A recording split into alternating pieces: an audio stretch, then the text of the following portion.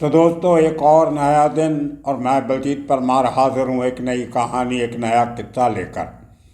आज आपको सुनाएंगे उस फैमिली का किस्सा, उस परिवार की कहानी जिसने बहुत सालों तक अंडरवर्ल्ड की तकलीफ़ों को भुगता था।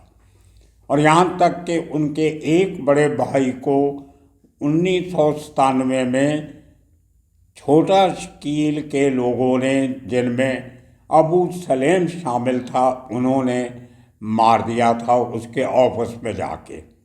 उसके बाद 2002 में जब छोटा राजन अपना 2000 के अटैक के बाद जो थाईलैंड में हुआ था, बैंकॉक में, उसके बाद ठीक के उभर के जब बाहर आता है तो सबसे पहला टारगेट उसी फैमिली को करते हैं। उसके लोग 25 लाख रुपए की फिरौती मांगी जाती है बड़े भाई के मरने के बाद दूसरे छोटे दो भाइयों से, सुनील और मोहन कुकरेजा।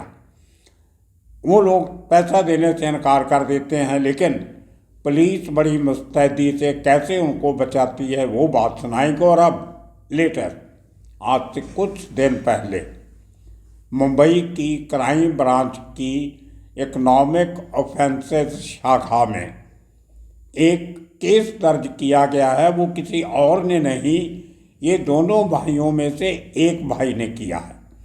दूसरे भाई पे फाइनेंशियल इरेगुलरिटीज़ के इल्ज़ाम लगाए हैं।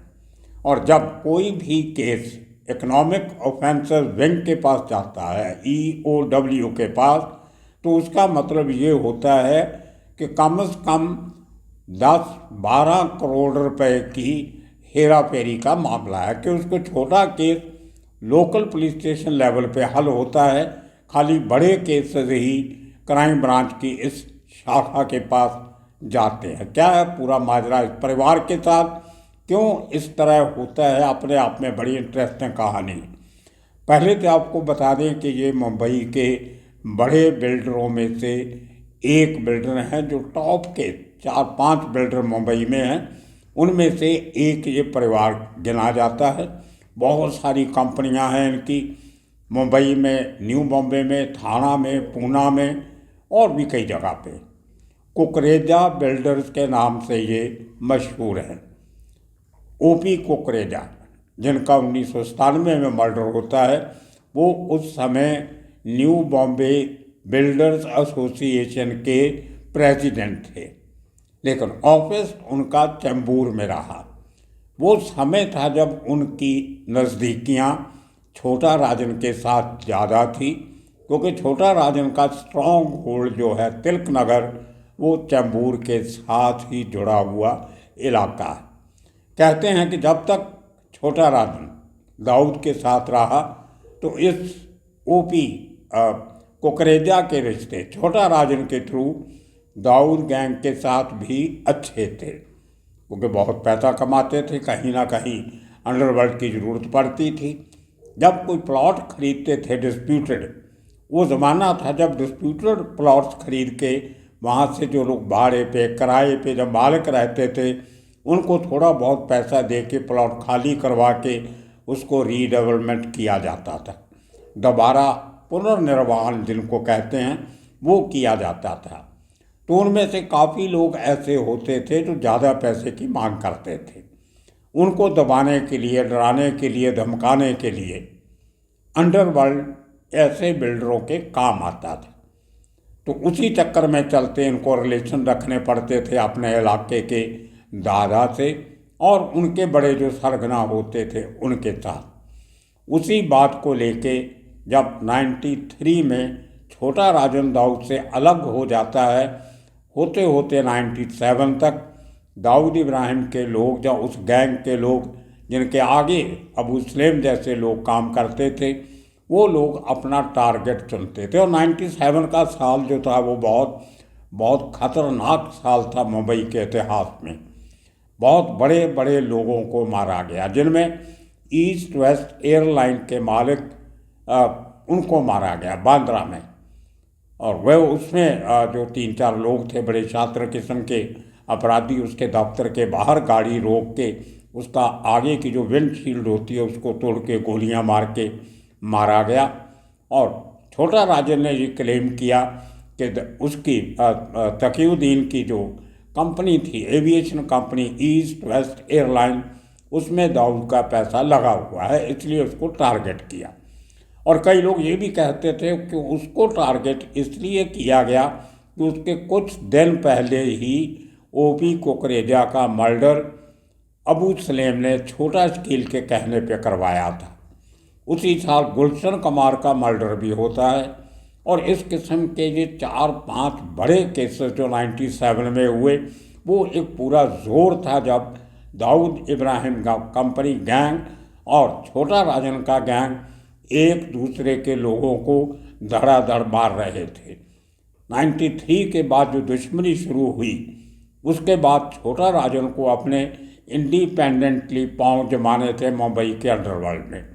अब ऐसे में जो इतने लोगों की आर्मी उसके साथ, उसके गुर्गों की आर्मी जो दाऊद गैंग छोड़ के इसके साथ जुड़ी थी, उनमें से काफ़ी सारे लोग इसके ऊपर निर्भर करते थे कि पैसा आए तो आगे काम बढ़ाया जाए।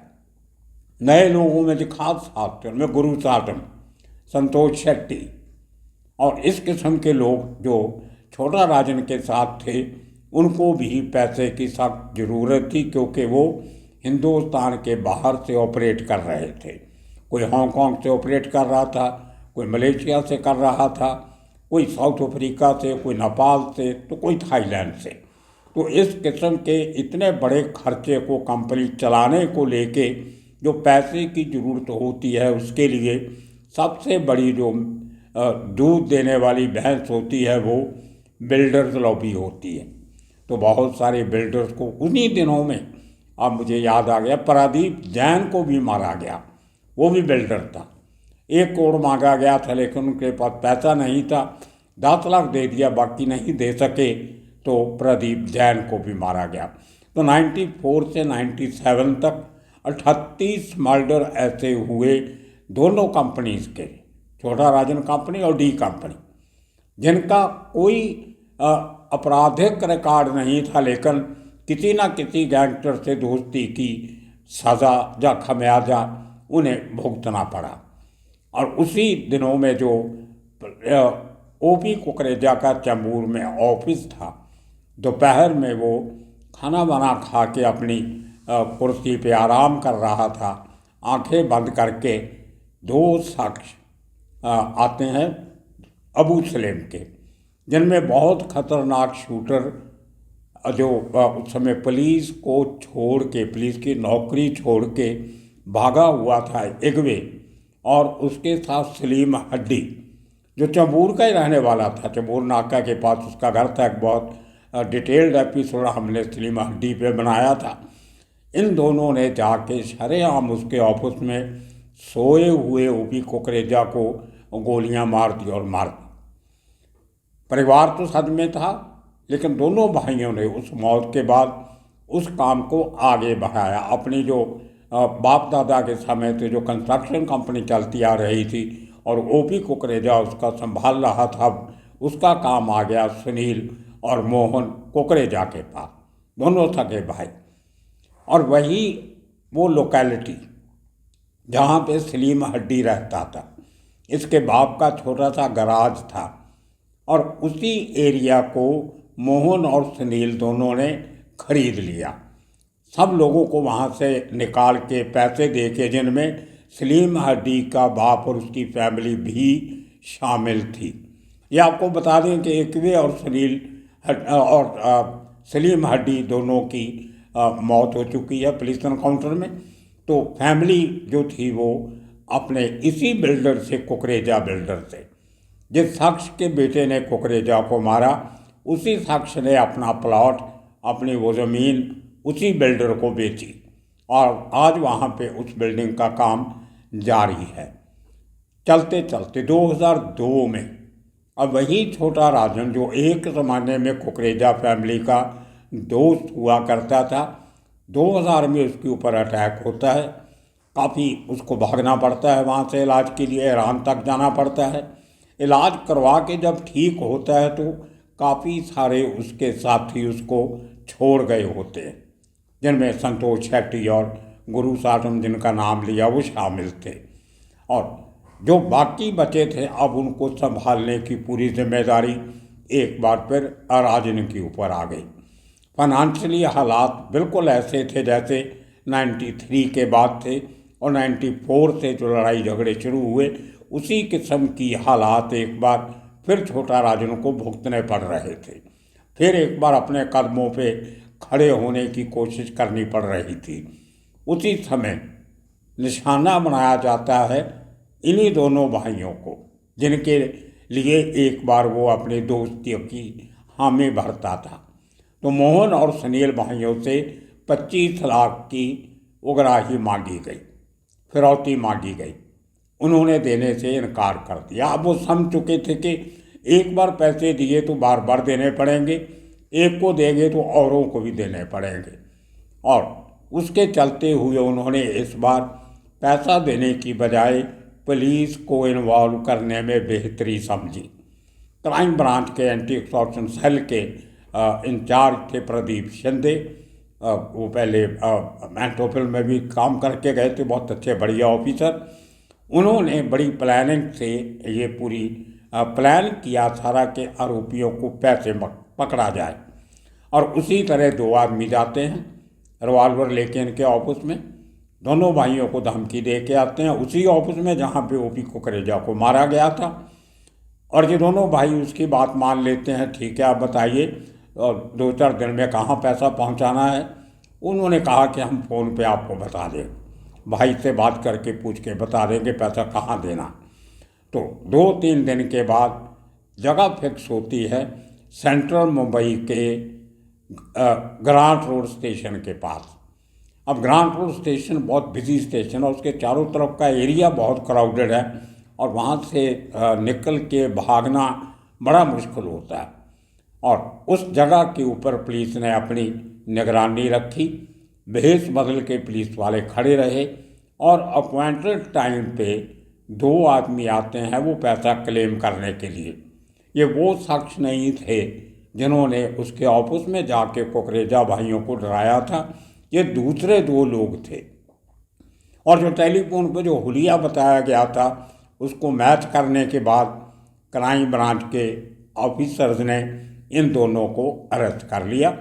और जो इनको बैग दिया गया था 25 लाख का वो तो पुलिस के सामने ही था, लेकिन वो एक एविडेंस के तौर पे इस्तेमाल किया गया और उन दोनों को पकड़ के बंद किया गया।